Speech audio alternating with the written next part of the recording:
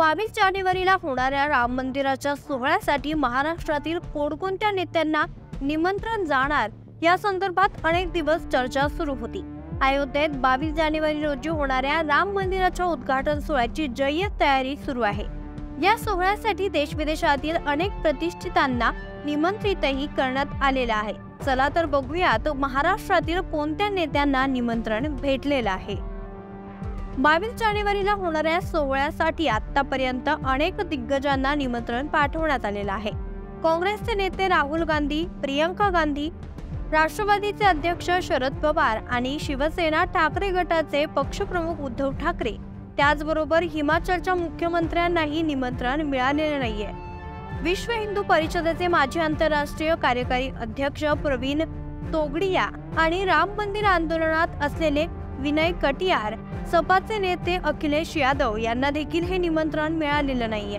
काँग्रेस अध्यक्ष मल्लिकार्जुन खरगे, सोनिया गांधी, अधीर रंजन चौधरी यांना वैयक्तिक स्वरूपात निमंत्रण दिलं गेलेलं आहे।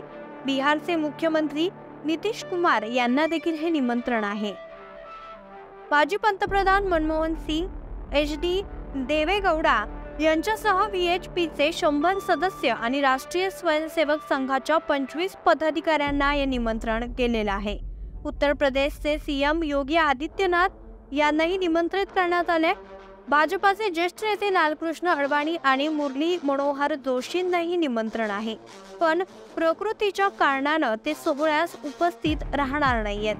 सुपरस्टार रजनीकांत, अमिताभ बच्चन, माधुरी दीक्षित, अनुपम खेर, अक्षय कुमार, संजय लीला भन्साळी, त्याचबरोबर मोहनलाल, चिरंजीवी, धनुष, मधुर भांडारकर, रणबीर कपूर, आलिया भट्ट, अजय देवगण, सनी देओल, प्रभास आणि यश यांना देखील या कार्यक्रमाचं निमंत्रण देण्यात आलेलं आहे। क्रीडा क्षेत्रातील सचिन तेंडुलकर, विराट कोहली, उद्योगपती मुकेश अंबानी, अनिल अंबानी, चित्रकार वासुदेव कामत, इस्रोचे निलेश देसाई यांच्यासह अनेक मान्यवरांना हे निमंत्रण देण्यात आलं आहे।